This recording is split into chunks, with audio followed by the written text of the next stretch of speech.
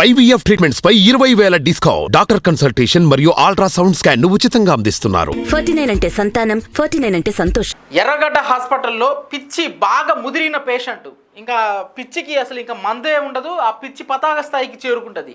అలాంటి పేషెంట్ని మంచం కూడా దిగనీయకుండా గొలుసులతో కట్టేస్తారు. ఒకవేళ అతను తప్పించుకొని అంత వ్యాధి ముదిరిపోయిన పేషెంట్ బయటికి వస్తే ఎట్లా ప్రవర్తిస్తాడు? ఇంకా ఊహాజనితం.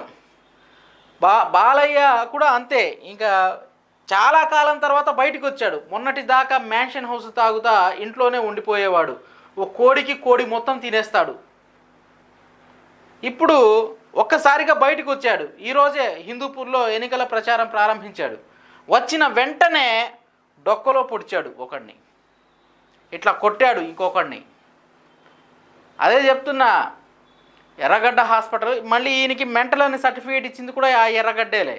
ఆ ఎర్రగడ్డ హాస్పిటల్సే, ఆ యాజమాన్యం, ఆ సిబ్బందే ఇతనికి మెంటలు ఇప్పట్లో తగ్గదు, అప్పుడప్పుడు వస్తూ ఉంటుంది మెంటలు సందర్భానుసారంగా అని చెప్పేసి స్టాంపు గుద్ది మరీ ఇచ్చారు. అది పరిస్థితి. ఈ వీడియో కూడా సోషల్ మీడియాలో వైరల్ అయ్యింది.